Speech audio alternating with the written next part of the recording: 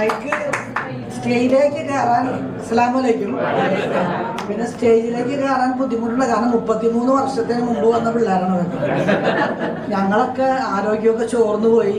വയ്യ എങ്കിലും കുട്ടികളോടുള്ള സ്നേഹം കൊണ്ട് കഷ്ടപ്പെട്ട കൂടെ നിലക്ക് വന്നതാണ്. അപ്പോൾ ഓർമ്മകൾ ഒരുപാടൊന്നും ഈ പറഞ്ഞാൽ പറയാനില്ല. കാരണം 33 വർഷത്തിനുള്ളിൽ നമ്മുടെ ജീവിതത്തിൽ ഒരുപാട് മാറ്റങ്ങളും പിള്ളേർ വളർന്ന് അവരുടെ മക്കൾ അങ്ങനെ അങ്ങനെ അങ്ങനെ ഒരുപാട് കാര്യങ്ങൾ വന്നു കയറി. അപ്പൊ അങ്ങനെ വന്നപ്പോൾ പലതും മറന്നുപോയി. എങ്കിലും കുറച്ച് ദിവസം കൂടെ ചകയണയാണ് ഞാനിരുന്നത്. മന്ത്രിമാര് ചെയ്യണ ഗൾഫ് വരെ പോയി പഠിക്കാൻ. അവിടെ പോയി പഠിച്ച് ഞങ്ങൾക്ക് വന്നപ്പോഴാണ് അപ്പൊ എന്റെ മൂത്ത മോൻ അവനുണ്ട് അവിടെ. അപ്പൊ അവനും ഓർമ്മപ്പെടുത്തി ചില കാര്യങ്ങളൊക്കെ. അപ്പൊ അങ്ങനെ എന്തെങ്കിലുമൊക്കെ പറയാം. അപ്പൊ ഇതിലെ ഈ ബാച്ചിനൊക്കെ ആ 92 ബാച്ചിനൊരു പ്രത്യേകത ഉള്ളത്. എൻ്റെ മോൻ ആ കൂട്ടത്തിലുള്ള ആളാണ്. അപ്പൊ അതുകൊണ്ട് വളരെയേറെ എനിക്ക് അഭിമാനമുണ്ട്. മാത്രമല്ല നമ്മുടെ മാനേജർ പറഞ്ഞ മാതിരി എനിക്ക് അതിനേക്കാൾ വളരെ അഭിമാനത്തോടെ പറയാനുള്ളൊരു കാര്യം, അക്കാലത്ത് നമ്മളുടെ സ്കൂളിലെ ടീച്ചർമാരുടെ പലരുടെയും മക്കള് ഏകദേശം ഇതേ പ്രായത്തിലുള്ളവരൊക്കെ ഉണ്ടായിരുന്നില്ല. ആർക്കും സ്കൂളിൽ ചേർക്കാൻ ധൈര്യം ഉണ്ടായിരുന്നില്ല നമ്മളുടെ സ്കൂളിൽ. പക്ഷെ എന്തോ എനിക്ക് അള്ളാഹു ഒരു ധൈര്യം തന്നു.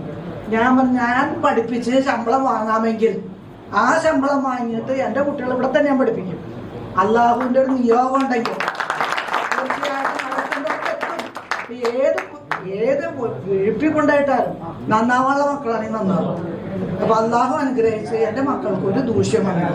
3 മക്കൾ അവർ പഠിച്ച് വലിയ അങ്ങറ്റത്തൊന്നും എത്തിയില്ലെങ്കിലും സാമാന്യം അവർക്ക് ജീവിച്ചു. എന്താണെങ്കിലും അതൊരു സന്തോഷമുണ്ട്. കൂടുതൽ ഓർമ്മകൾ പറയാൻ പോയപ്പോ ആപ്പാടെ എന്റെ ഓർമ്മയിൽ തങ്ങി നിൽക്കുന്ന ഒരു കാര്യം, നേരത്തെ സുബൈദാറ്റീസ് നാടകത്തിന്റെ കാര്യമാണ്. ചന്ദീരാനും കൂട്ടുകാരും വില കൂട്ടുകാരും അല്ലെ നാടകത്തിന്റെ. അപ്പൊ അവര് രാജേഷയുടെ അവനായിരുന്നു ഇതിലെ പ്രധാന പ്രതി. പിന്നെ ആരൊക്കെ ഞാൻ പറയാം, എനിക്ക് ഓർമ്മിക്കാൻ കഴിയുന്നില്ല. ഞങ്ങളുടെയൊക്കെ ഡാമേജ് ആയി തുടങ്ങിയ ഓർമ്മകളൊക്കെ നിങ്ങൾക്ക് വേണ്ടി ഓരോ റീയൂണിയൻ വരുമ്പോൾ ഞങ്ങൾ ചലഞ്ഞെടുക്കുന്നതാണ്. അപ്പൊ ഇവന്റെ പേര് ഓർമ്മയുണ്ട്. കാരണം എന്താന്ന് വെച്ചാല് അവൻ അഭിനയിക്കുകയല്ല ജീവിക്കുകയായിരുന്നു എന്നാണ് പറഞ്ഞത്. അത്രയും അതുകൊണ്ട് അത് ഓർമ്മയുണ്ട്. ജബ്ബാറൊക്കെ ഉണ്ട്, പക്ഷെ എനിക്കത് ഓർത്തെടുക്കാൻ പറ്റുന്നില്ല. പിന്നെ കുറെ പേരെ ഓർമ്മയുണ്ടെന്ന് വെച്ച് കഴിഞ്ഞാൽ മോന്റെ കൂട്ടുകാരായതുകൊണ്ട് ആ ക്ലാസ്സിലാണ് കുറെ കൂട്ടുകാരൊക്കെ ഉണ്ടായിരുന്നു. അപ്പൊ അവരൊക്കെ കൂടെ ഇടക്കിടക്കൊക്കെ വീട്ടിൽ വരും, അവനെ കാണാൻ വരും, ഞാൻ അവരെ അങ്ങനെ പരിചയം പുതുക്കുമായിരുന്നു കുറെ പേരൊക്കെ. പെണ്ണുങ്ങളതൊരു ഓർമ്മയില്ല, കാരണം പെണ്ണുങ്ങളൊക്കെ തടിച്ചു കൊഴിഞ്ഞു ഓർമ്മയുണ്ട്. ചില കുട്ടികൾ ഓർമ്മത്തിന് വ്യത്യാസം വന്നിട്ടല്ലോ. പലരും കളിയാക്കിയതാ തടിച്ചു പോയിട്ട്. 33 വർഷം അവരിലുണ്ടാക്കിയ മാറ്റങ്ങള് 2-3 മക്കളായി, അവരെ വളർത്തി, അവർക്ക് മക്കളായി. അപ്പൊ ആ ഒരു കഷ്ടപ്പാടെന്ന് പറഞ്ഞാൽ നമ്മൾ മറന്നു പോണതാണ്. അപ്പൊ പോട്ടെ, സാരമില്ല. എന്നാണെങ്കിലും എനിക്ക് വളരെ സന്തോഷം. എല്ലാവരും നല്ല രീതിയിൽ തന്നെയൊക്കെ എത്തിച്ചേർന്നിട്ടുണ്ടെന്നാണ് ഞാൻ വിചാരിക്കണം. അല്ല, വലിയ കുഴപ്പങ്ങളൊന്നും ഇല്ലാണ്ട് അൽഹംദുലില്ലാ ഒക്കെ ജീവിച്ചു പോകുന്നുണ്ട്. അപ്പൊ അങ്ങനെയൊക്കെ തന്നെ നടക്കട്ടെ. പിന്നെ എനിക്ക് എടുത്തു പറയാനുള്ളത് അത് നമ്മുടെ അംസമോനാണ്. അവനെ ഞാൻ ഒരിക്കലും മറക്കൂല. എന്താണെന്ന് വെച്ചാല് അവനിങ്ങനെ ഇന്നൊക്കെ ചെയ്ത് മുടിയൊക്കെ ഇങ്ങനെ പഠിപ്പിച്ചു. അത് തന്നെ. അപ്പൊ അതുകൊണ്ട് എനിക്ക് അവരെ ഓർമ്മയുണ്ട്. കാരണം എപ്പോഴും ഒരു കാർന്നവരുടെ ലുക്കായിരുന്നു. ഞാൻ ക്ലാസ് എന്നെ കൊണ്ട് നാക്കുമ്പോ ഉമ്മ എവിടെ അംസോനുണ്ട്, അംസോന്റെ ഒപ്പം കൂടണം. ഞാൻ 2 ദിവസം കഴിഞ്ഞപ്പോ നമ്മളെ കമ്പനിയിലോട്ട് എന്തോ എനിക്ക് അവരോട് എല്ലാവരോടും ഇഷ്ടമുള്ള പിള്ളേരോട് എന്തെങ്കിലും ചിലപ്പോ ചില സ്വാർത്ഥ ചില പിള്ളേരോട് ആ കൂട്ടത്തിലുണ്ടായ ഒരാളാണ്. അപ്പൊ അങ്ങനെ പിന്നെ അടക്കാൻ ബന്ധപ്പെടുവാണ് ഞങ്ങളായിട്ടൊക്കെ വീട്ടിൽ വരയെടുക്കുകയൊക്കെ ചെയ്യും. അപ്പൊ എങ്ങനെയാണെങ്കിലും അവന് നല്ല നിലയിൽ എത്തിയിട്ടുണ്ടെന്നാണ് എന്റെ വിശ്വാസം. അപ്പൊ ഒരുപാട് പറയാനുള്ള അനുവാദമില്ല, എങ്കിലും കുറെ ഓർത്ത് പറയാം. പിന്നെ നമ്മുടെ സാദിഖുണ്ട്, പിന്നെ സയ്യിദ് ഉണ്ട്, പിന്നെ അതുപോലെ തന്നെ ഷബീർ, അങ്ങനെ കുറെ പേര് എനിക്ക് ഓർമ്മയുണ്ട്. കാരണം വീട്ടിൽ വരുന്നുണ്ട്. പിന്നെ എനിക്ക് അതിനൊക്കെ സന്തോഷം തോന്നിയത് നിങ്ങളുടെ വീഡിയോസ് കണ്ടപ്പോഴാണ്.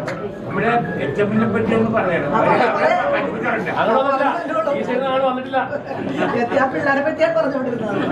അല്ല നിങ്ങൾ സ്റ്റുഡന്റ് എന്റെ സ്റ്റുഡന്റാണ്. സ്റ്റുഡന്റിനെ പറ്റി പറഞ്ഞ ഒരുപാട് പേരുണ്ട് ഇവിടെ. ഇപ്പൊ എന്റെ സ്റ്റുഡന്റാണ് സാജിദ്. അവള് പഠിച്ചു വളർന്ന് വലിയ ആളായ എച്ചമ്മാരാണ്. അതുപോലെ എന്റെ ക്ലാസ്സിൽ പഠിച്ചവനാണ് സലീമ.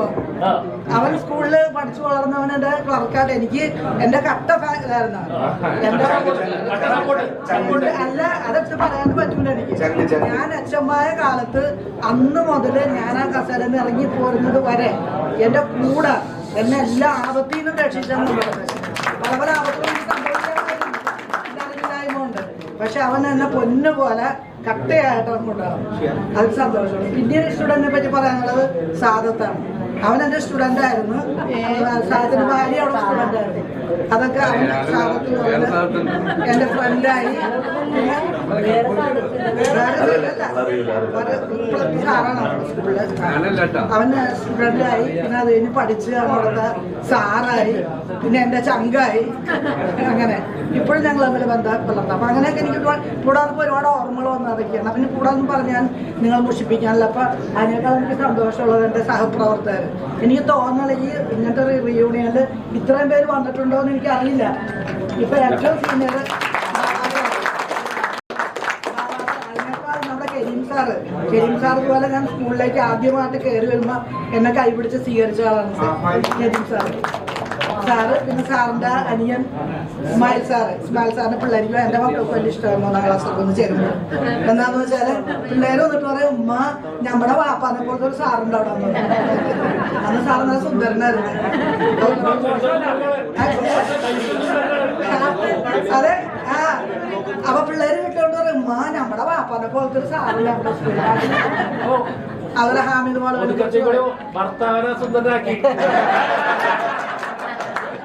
അതൊരു റിയൽ ഫാക്ടറാണ്.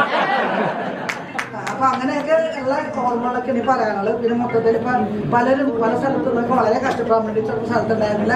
LCTs വരുമെന്ന് ഒരിക്കലും ഞാൻ ഓർത്തില്ല. അത്ര ഒരു വല്ലാത്തൊരു അവസ്ഥയിലായിരുന്നു പുള്ളി. പിന്നെ ചമ്മ ടീച്ചറാണെങ്കിലും കൽജ ടീച്ചറാണെങ്കിലും KRK ആണെങ്കിലും ഒക്കെ എല്ലാ സുറാടെയൊക്കെ അതായത് 33 വർഷങ്ങൾ നീങ്ങിപ്പോയപ്പോഴൊക്കെ വല്ലാതെ ആരോഗ്യം ചോർന്നു പോയി. അപ്പൊ അങ്ങനെയൊക്കെ വരുമ്പോ പിന്നെ നിങ്ങളുടെ ഇഷ്ടം കൊണ്ട് ഒരുപാട് ഞാൻ മോനും കൂടെ എല്ലാം ഉണ്ടായതുകൊണ്ട് എനിക്കറിയാം ഒരുപാട് കഷ്ടപ്പെട്ടിട്ടുണ്ട് അവര്. എല്ലാ ദിവസവും ഈ ജോലിയും പണിയൊക്കെ കളഞ്ഞ് കച്ചവടക്കാരാണെങ്കിൽ അതൊക്കെ മാറ്റി വെച്ച് കഷ്ടപ്പെട്ടാണ് അവർ ഇത്രയും ഭംഗിയാക്കിയത്. പക്ഷെ അവർക്ക് ആശ്വസിക്കാം നന്നായിട്ട് തന്നെ എല്ലാവരും തന്നെ നമ്മുടെ കമാൽ സാറ്. പുള്ളി ഒരു ഫംഗ്ഷനിൽ വരൂല. ആ സാറ് അപ്പൊ അങ്ങനെ മൊത്തത്തിൽ വളരെ റിച്ചായി. അതിനേക്കാൾ എനിക്ക് സന്തോഷം. ഒരു വീഡിയോ ഉണ്ട്. അപ്പൊ ഞാൻ പോയി എന്റെ മോൻ ആ കൂട്ടത്തിലുണ്ടായിട്ട് ഞാൻ അറിഞ്ഞില്ല എത്ര മിനിറ്റ് ടൂറിനൊക്കെ അവര് പോയി. ഇന്ന് ടൂറുണ്ട് 3-6 പോണു പോയപ്പോഴെന്നൊക്കെ പറയും.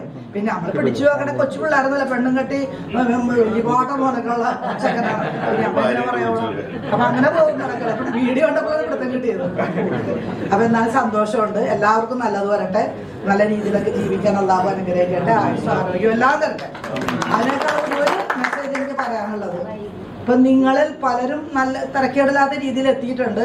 നിങ്ങൾ അന്വേഷിക്കണം നിങ്ങളുടെ കൂട്ടത്തിൽ ആരെങ്കിലും ഏതെങ്കിലും തരത്തിൽ സാമ്പത്തികമായിട്ടോ ശാരീരികമായിട്ടോ ഒക്കെ ബുദ്ധിമുട്ട് അനുഭവപ്പെടുന്നുണ്ടെങ്കിൽ അവരെ തള്ളിക്കളയരുത്. നിങ്ങൾ ചേർത്ത് പിടിക്കണം. മനസ്സറിയാൻ പറയില്ല നാണക്കേടുണ്ട്. നിങ്ങൾ ചേർത്ത് പിടിച്ച് അവർക്ക് വേണ്ട സഹായ സഹകരണങ്ങൾ നൽകണം. ഇതെൻ്റെ ഒരു അഭ്യർത്ഥനയാണ്, മെസ്സേജാണ്. നിങ്ങൾക്ക് സഹായം വേണമെങ്കിൽ നിങ്ങളുടെ കൂട്ടത്തിൽ ഞാനും കൂടാം എന്തെങ്കിലുമൊക്കെ ചെയ്യണമെങ്കിൽ കേട്ടോ. എല്ലാവർക്കും നന്ദി.